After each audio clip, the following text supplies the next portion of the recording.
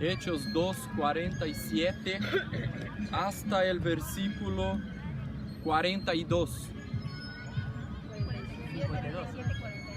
Sí, vamos a regresar con la lectura.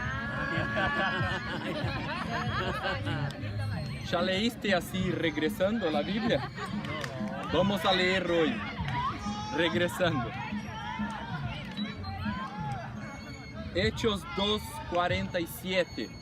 Dice así: alabando a Dios y teniendo favor con todo el pueblo, y el Señor añadía cada día a la iglesia los que habían de ser salvos. 46. Y perseverando unánimes cada día en el templo, partiendo el pan en las casas, comían juntos con alegría y sencillez de corazón. 45. Y vendían sus propiedades y sus bienes, y lo repartían a todos según la necesidad de cada uno. 44. Todos los que habían creído estaban juntos y tenían en común todas las cosas. 43. Y sobrevino temor a toda persona, y muchas maravillas y señales eran hechas por los apóstoles. 42. Y perseveraban en la doctrina de los apóstoles, en la comunión unos con otros, y en el partimiento del pan, y en las oraciones. Amén. ¿Todos acompañaron? Dale, ¿por qué yo quise leer regresando? Porque es muy importante comprender que el versículo 47 es el fruto del versículo 42. Como causa y efecto. ¿Se dice causa y efecto? El versículo 47 es el efecto, y el versículo 42 es la causa. O sea, lo que produjo el versículo 47 fue el versículo 42. ¿Cuál es este producto del versículo 42? Es el versículo 47. ¿Qué dice el versículo 47? ¿Qué dice? A ver. Alababan a Dios. ¿Qué más? Tenía el favor de todo el pueblo. ¿Qué más? El Señor añadía a cada día a la iglesia. Bueno, ahí tenemos tres cosas que la iglesia hacía. La iglesia alababa al Señor con todo el corazón. La iglesia también tenía el favor de todos los habitantes de la ciudad. Y el Señor añadía a la iglesia cada día los que iban siendo salvos. ¿Iban siendo salvos? ¿Sí? Bueno, pero esto es el efecto. Lo que produjo esto fue el versículo 42. Este versículo 47 es la iglesia que queremos, que anhelamos. Nosotros queremos una iglesia que alaba al Señor. Nosotros queremos una iglesia que tiene el favor de todos los habitantes de la ciudad de Chimbote. Y nosotros queremos una iglesia que Dios añade a cada día los que iban siendo salvos. Esto queremos llegar a este producto, a este efecto. Esto queremos. Amén. Bueno, pero tenemos que tener en cuenta que el versículo 42 produjo esto. Pero antes de entrar en el versículo 42, yo me puse a buscar un poco más esta palabra favor. Viste que este versículo 47 dice que la iglesia tenía el favor de todos los habitantes de la ciudad de Jerusalén. Pero esta palabra favor en el griego significa caris. Y el significado de caris es un poco más amplio, un poco más amplio que favor. El significado de caris es ejercer santa influencia. O sea, la iglesia ejercía santa influencia sobre los habitantes de Jerusalén. Esto significa favor. No es que la iglesia hacía maniobras políticas, maniobras. La iglesia no hacía maniobras políticas para ser querida por el pueblo, para ser querida, ¿sí? Para que el pueblo quiera la iglesia. Ella no hacía esto. Lo que pasaba es que Dios estaba en medio de la iglesia y su presencia hacía a la iglesia ejercer una santa influencia sobre los habitantes de la ciudad de Jerusalén. ¿Me explico? ¿Sí? Esto significa caris. Porque cuando leemos los otros capítulos de Hechos, capítulo 3, 4 y 5, por ejemplo, vamos a ver que el capítulo 5, versículo 13, dice que los habitantes no se atrevían a acercarse o caminar con la iglesia, pero tenía gran admiración hacia ellos. Versículo 13 del capítulo 5 de Hechos. ¿Por qué que ellos no se atrevían a andar o mezclarse con la iglesia? ¿Qué pasó en el capítulo 5 de Hechos? En el capítulo 5 de Hechos sucedió un señal tremendo y maravilloso. ¿Qué pasó en el capítulo 5? Un matrimonio mintió y murió. Ananías y Zafira, ¿no? Y porque ellos mintieron, Dios produjo un señal maravilloso y tremendo en la iglesia. Y ellos se cayeron muertos. Porque la iglesia no puede convivir con el pecado. ¿Convivir? La iglesia no puede convivir con el pecado. Y este hecho llegó al conocimiento de todos los habitantes de Jerusalén. Entonces ellos no se atrevían a acercarse de la iglesia, pero tenía gran admiración. ¿Por qué? Porque si yo voy a caminar con esta gente, no puedo mentir. Si no, voy a morir. Porque Dios vive en medio de la iglesia, en la iglesia, y su presencia produce esta santidad. Así que la iglesia no puede convivir con el pecado, porque Dios está presente en medio de la iglesia. Y por esto la iglesia ejercía una santa influencia sobre los habitantes de Jerusalén. Eso significa tener el favor de todos los habitantes de la ciudad, que dice el versículo 47. Viste que los habitantes tenían mucho respeto hacia la iglesia, ¿viste? ¿Te parece? ¿Sí? Pero hoy la iglesia no es más respetada, ¿no? Porque muchas veces nosotros no damos el respeto. Cuando nosotros hacemos trampas, echamos papel en la calle, nos metimos en la fila y cortamos fila. ¿Cómo se dice esta palabra? Viste que hay una fila para comprar algo y uno no va al último, él se mete. ¿Cómo?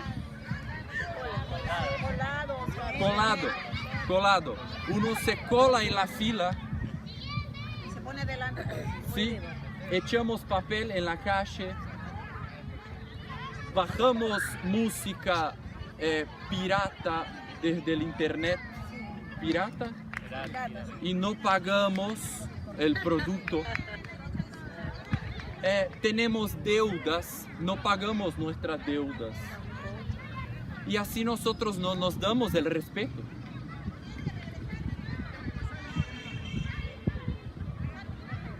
Así no vamos a ejercer una santa influencia sobre los habitantes. No respetamos las leyes de tránsito. Vamos arriba de la del límite de la velocidad. Manejamos sin registro de manejar. Todo esto nos saca el respeto y la santa influencia que teníamos que ejercer sobre los habitantes de Chimbote. Tenemos la vida desordenada.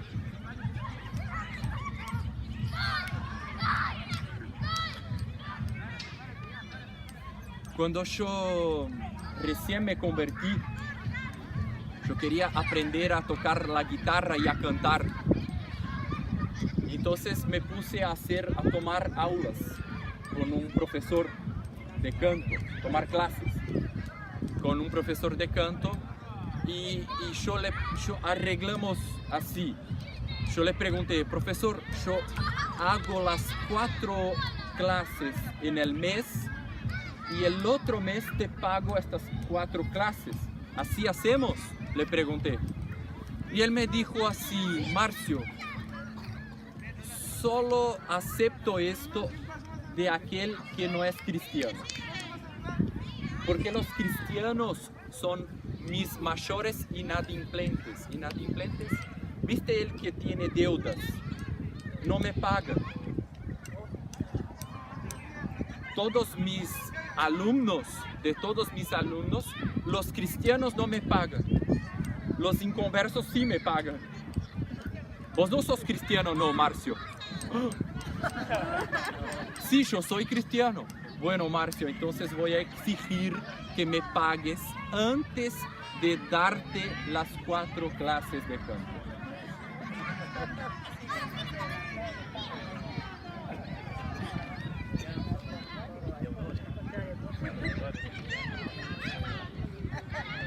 Si no fuese feo, sería gracioso esto, ¿no? Sería gracioso, pero es muy feo. Nosotros los cristianos perdimos el respeto de la gente. No tenemos más crédito con ellos. Porque hacemos trampas.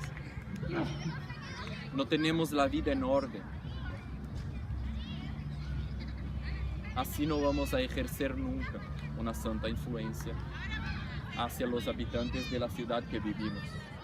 No es así que se hace la cosa. No es así la vida de un discípulo. No está bien esto. Esto no está bien.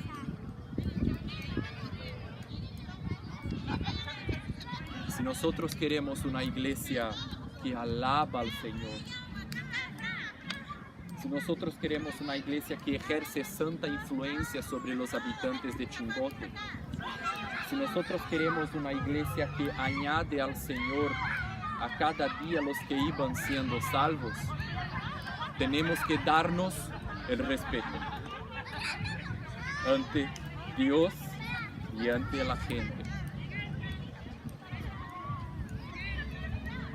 Bueno, este es el versículo 47, es el efecto. Pero lo que produjo este efecto fue el versículo 42. ¿Qué dice el versículo 42? A ver.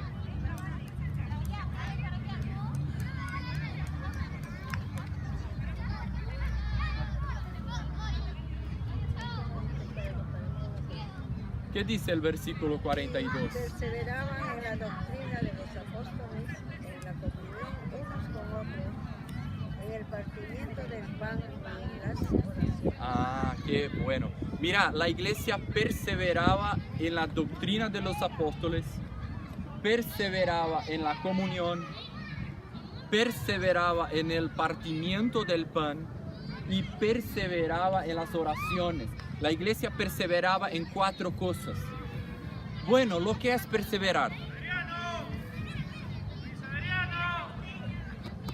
A ver, ¿qué es perseverar? Tener constancia. ¿Quién más? ¿Ah? Continuar. ¿Qué más? ¿Ah? Ser paciente. ¿Qué más? Disciplinado. Yo voy a poner el concepto de perseverancia con esta palabra: insistir. Perseverancia es insistir, es insistencia. Esto es perseverancia. ¿Cuál es la importancia de la insistencia en nuestras vidas? ¿Cuál es? ¿Cuál es el valor de la insistencia en nuestras vidas? Porque si no insistimos, no alcanzamos nada. Para todo lo que hacemos necesita insistencia. Por ejemplo, yo quiero ser aprobado en un examen. Hace falta insistencia. Yo quiero aprender a manejar. Hace falta insistencia. Yo quiero aprender a tocar guitarra. Hace falta ¿qué? Insistencia. Yo quiero ser un discípulo. Hace falta ¿qué? Ser insistente. Para todo necesita insistencia. Sin la insistencia no alcanzamos nada. ¿Me explico? Bueno, viste que la insistencia te lleva a terminar algo que empezó. O sea, sin la insistencia no terminamos lo que empezamos, lo que iniciamos, lo que comenzamos. Así que la insistencia es importante para terminar lo que empezamos. ¿Viste? Alguien dijo así, mira. Alguien dijo así: nosotros somos un pueblo de mucha iniciativa, pero de poca acabativa.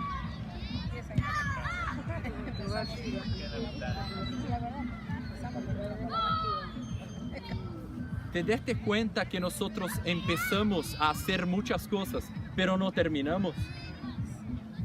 Empezamos a leer un libro y no terminamos. Empezamos a tomar clases de guitarra y no terminamos. Empezamos la universidad y no terminamos. Empezamos una tarea y no terminamos. Porque no tenemos insistencia. Y acá dice que la iglesia insistía en la doctrina de los apóstoles, en la comunión, en el partimiento del pan y en las oraciones. O sea, nosotros necesitamos insistir. ¿Quieres decir al hermano que está a tu acostado? Necesitamos insistir. Necesitamos insistir, hermano.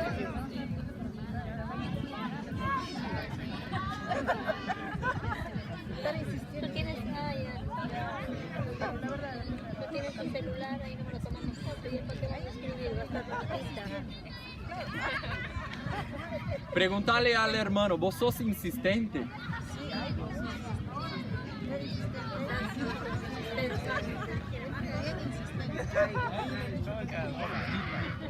Oh.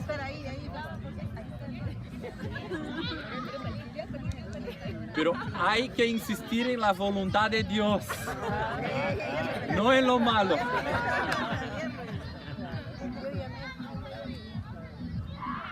Porque, ¿sabes por qué?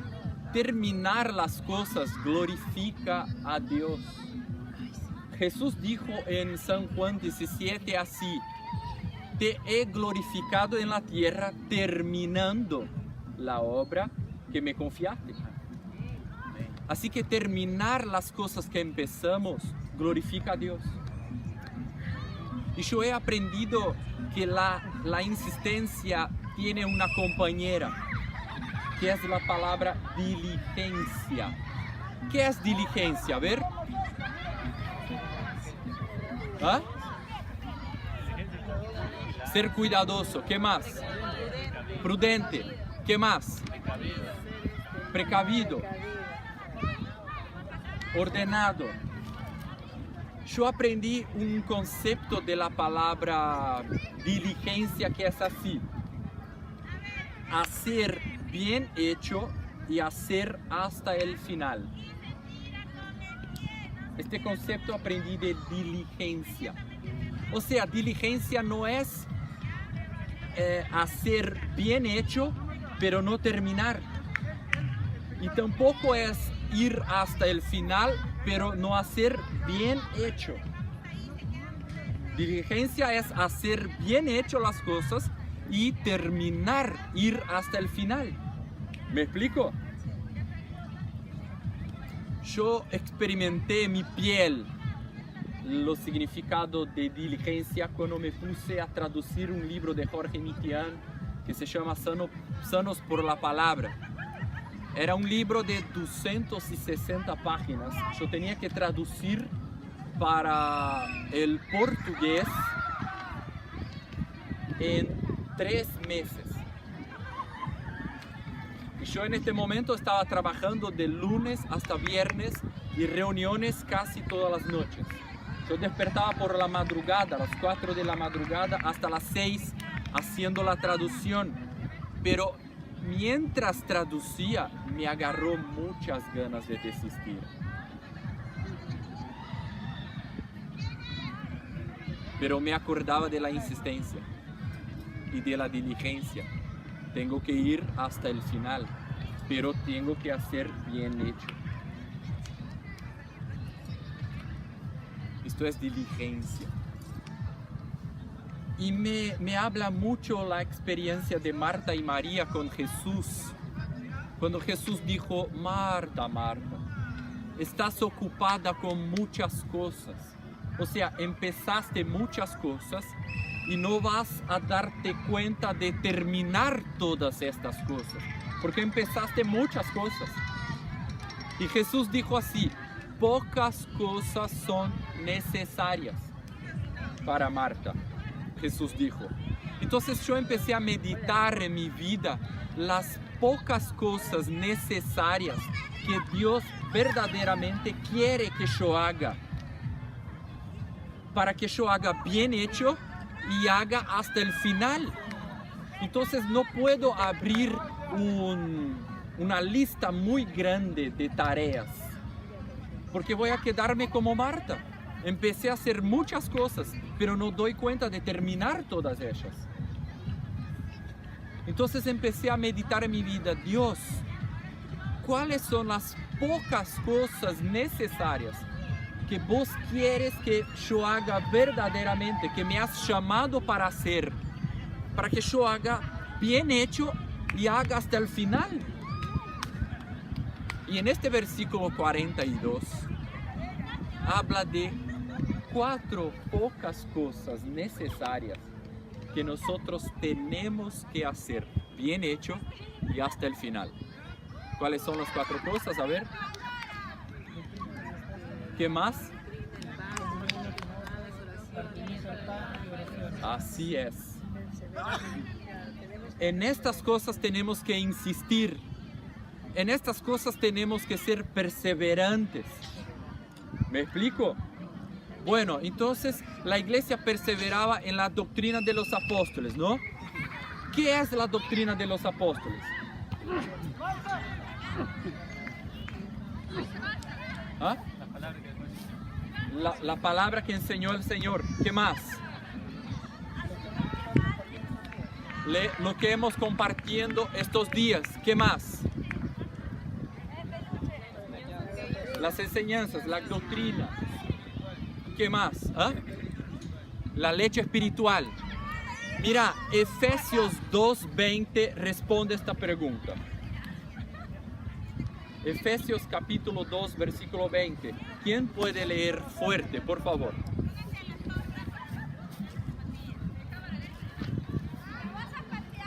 Edificados sobre el fundamento de la principal piedra del ángulo, Jesucristo mismo. Ah, la doctrina de los apóstoles es una persona. Edificados sobre el fundamento de los apóstoles y profetas, siendo que Cristo Jesús es la piedra principal. Ah, la doctrina de los apóstoles es una persona. ¿Te acordás de 1 Corintios 3:11? Nadie puede echar o poner otro fundamento de aquel que ya fue puesto, que es Jesucristo. Él es el fundamento, Él es la doctrina de los apóstoles.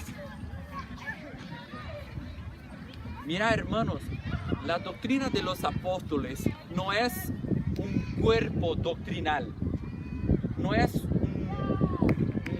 un conjunto de doctrinas o una práctica o una visión que se pasó muy bien en otro país y ahora queremos reproducir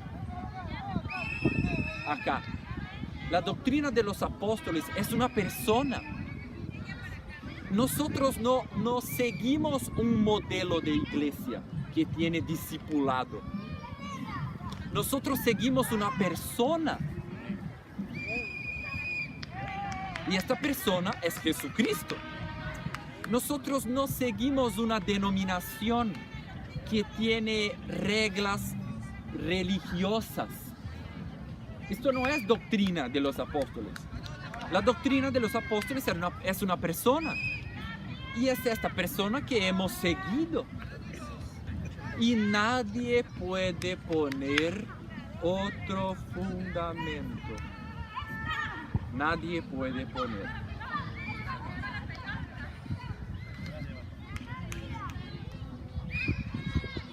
¿Me explico? ¿Quieres decir al hermano que está acostado? La doctrina de los apóstoles es una persona. La doctrina de los apóstoles es una persona, es Jesús. La doctrina de los apóstoles es el hecho contrario. Hermanos, mira, es muy importante comprender que nosotros no hemos seguido un modelo de iglesia que hace así o que hace así. Nosotros hemos seguido una persona. Nosotros somos discípulos de Jesucristo. Él hemos seguido.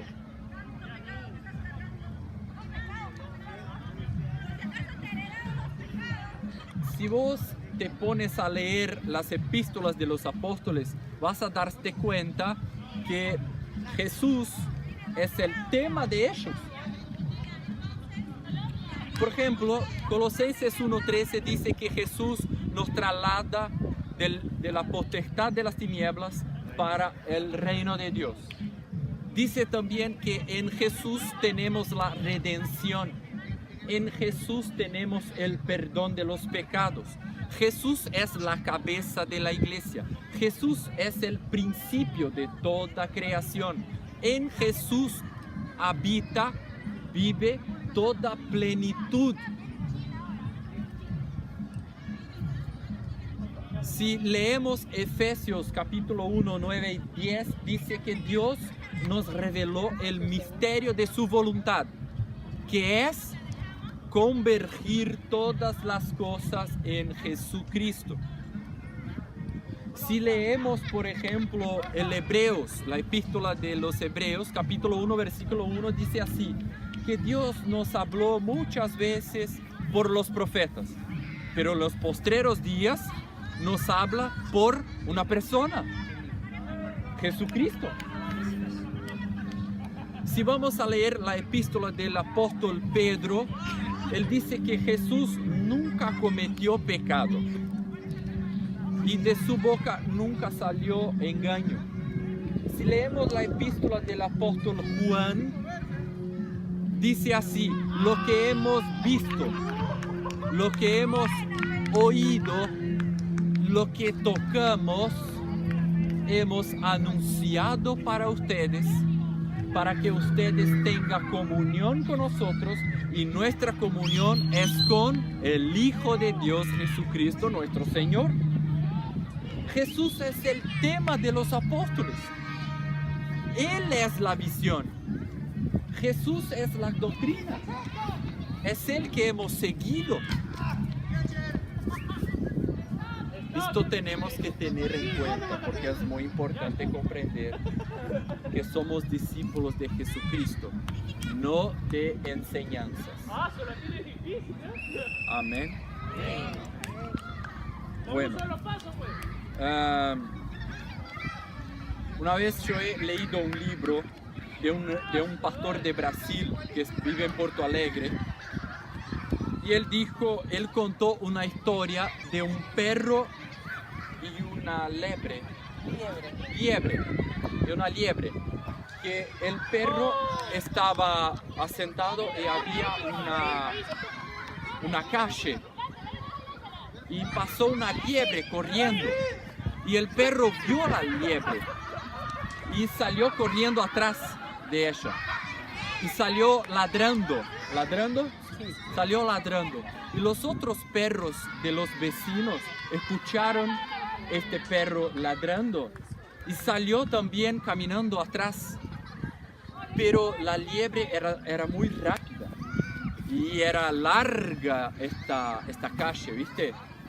Y los otros perros desistieron de esta carrera. Pero el perro que vio la liebre fue hasta el final y la trajo para su dueño. ¿Cuál es la lección que este pastor sacó de esta historia? Que tenemos que tener contacto visual con la persona que estamos siguiendo y no seguir porque otro está ladrando que el camino es por acá. Ahora yo solo estoy ladrando que el camino es para allá. Solo soy un perro ladrando ahora. Pero si vos no tenés tu contacto personal con esta liebre, no vas a perseverar hasta el final. Vas a desistir. Vos tenés que tener tu contacto, tu experiencia personal con Jesucristo resucitado de entre los muertos. Y no seguir porque alguien está ladrando que tenemos que ir para allá. ¿Me explico? La doctrina de los apóstoles es una persona. Y vos tenés que tener tu experiencia personal con esta persona para que insistas hasta el final. Amén. ¿Sabes que es importante seguir a Jesucristo? Porque Jesucristo es el hecho de unidad entre los hermanos, que son distintos los unos de los otros. Unidad no es un acuerdo de reglas religiosas que yo hago con mi hermano. Esto no es unidad. Unidad es ubicarnos todos dentro de una persona. Si vos estás en Cristo y yo también, dentro de Cristo somos uno. Porque unidad es una persona. ¿Te acordás? Efesios capítulo 2, versículo 14, que dice así: Jesús es nuestra paz. Y de ambos pueblos Él hizo uno solo cuerpo en Dios. Pueblos distintos. Fue hecha una unidad en Cristo. O sea, si vos piensas diferente de mí, pero vos estás en Cristo y yo también, adentro de esta persona somos uno. ¿Sabes lo que es esto? Iglesia. Esto es iglesia. Personas distintas que son una sola gente y pueblo en Cristo. Porque todos estamos en Cristo y así somos uno. Esto es suficiente para producir unidad entre nosotros. Nosotros no tenemos que producir unidad. La unidad ya fue producida en la cruz por Jesús. En la cruz Él ya hizo la unidad. Nosotros solo tenemos que caminar sobre esto. Y dentro de Cristo somos uno, aunque somos diferentes unos de los otros. ¿Me explico? Jesús es el hecho de unidad entre nosotros. Y si todos estamos en Cristo somos uno.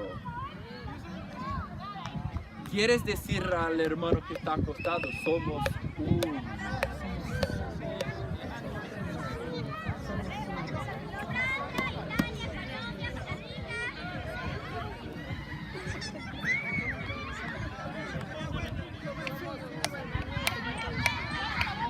Bueno, ¿cuál es la segunda cosa que la iglesia insistía?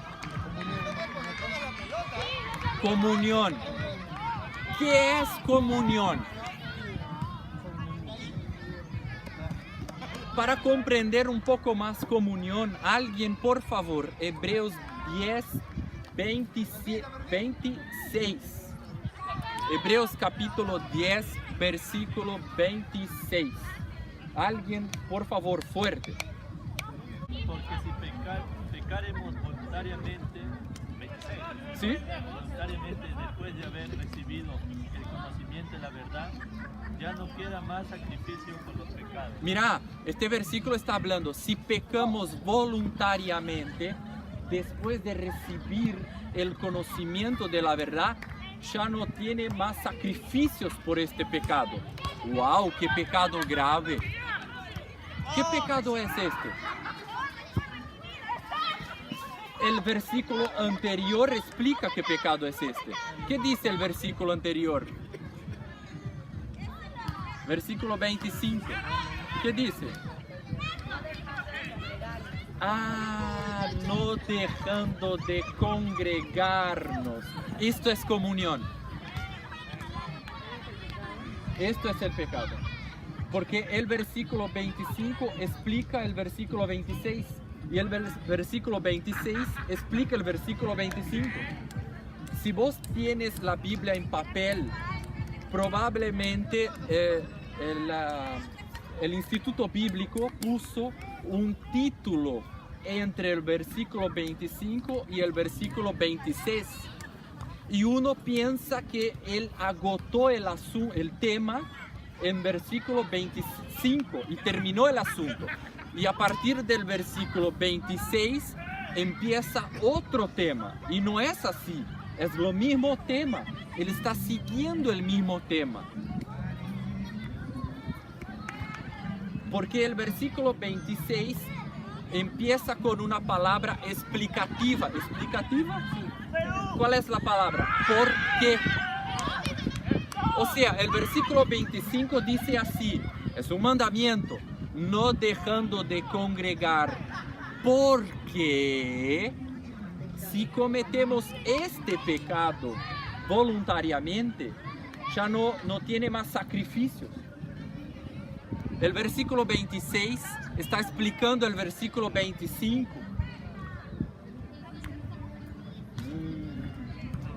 No podemos dejar de congregar. Es pecado y es muy grave. Uno que decide voluntariamente, después de aprender esta verdad, decide voluntariamente, no voy más a congregar. Está cometiendo este pecado grave. ¿Quieres decir al hermano que está al costado? No dejes de congregar, mi hermano.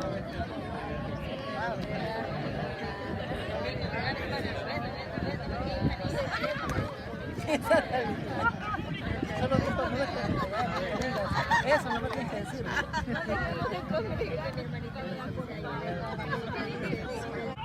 Bueno, Claudio Lancioni de Argentina escribió algunas líneas, pocas, hablando sobre lo que es perseverar en la comunión.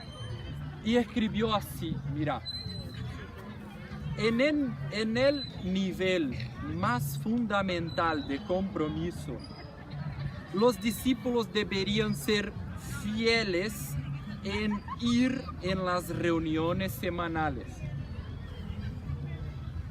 Es imposible trabajar con una visión de formación de vidas si los hermanos no van a los encuentros. La irregularidad en los encuentros muestra un nivel muy bajo de compromiso con el reino de Dios y con el grupo. Todos tenemos situaciones familiares y personales para faltar a las reuniones. Sin embargo, los líderes y discípulos fieles hacen los arreglos necesarios para no faltar. Todos los hermanos deberían acostumbrarse a planear la semana de tal modo que logren ir en todas las reuniones. No solo a los encuentros generales de domingo, pero también con sus discipuladores, en la iglesia, en los hogares. Cuando esto no ocurre, es porque estamos dando más importancia a otras actividades.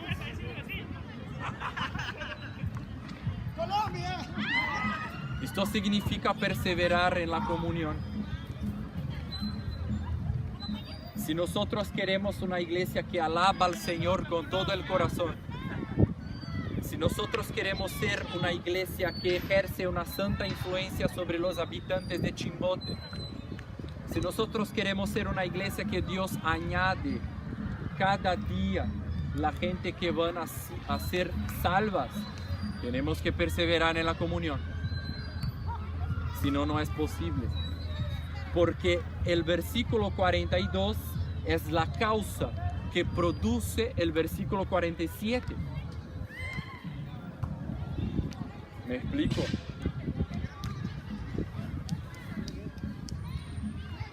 La oveja es un animal gregario. ¿Sabes lo que es gregario? Hecha para estar en rebaño. Por eso Jesús nos hace una comparación con ovejas. Nosotros somos ovejas porque fuimos hechos para estar en rebaño. Por eso somos ovejas. Pero Márcio, este hermano es muy difícil. Es difícil este hermano. ¿Qué hago? Dios nos dio una herramienta y con esto termino. Dios nos dio una herramienta poderosa para vivir en comunión. La herramienta se llama perdón. ¿Te diste cuenta que Jesús categorizó el perdón en tres? Categorizó el perdón en tres tipos.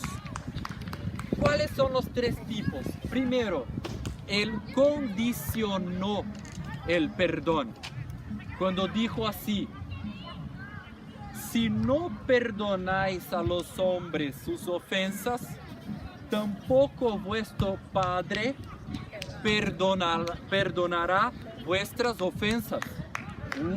Es una condición. Entonces, para que tus pecados sean perdonados, ¿qué tienes que hacer? Perdonar. Si no, el Padre no te va a perdonar tus pecados. Es una condición. O sea, Jesús condicionó el perdón. Segundo, Jesús cuantificó el perdón. ¿Cuál es la cantidad de perdón? 70 por 7. Esta es la cantidad del perdón por día para cada persona.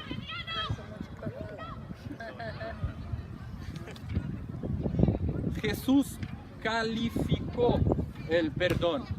¿Cuál es la calidad del perdón? Jesús dijo en San Mateo 18, dice así: así también mi Padre celestial hará con vosotros si no perdonar de todo corazón. Esta es la calidad de perdón que tenemos que perdonar, de todo corazón.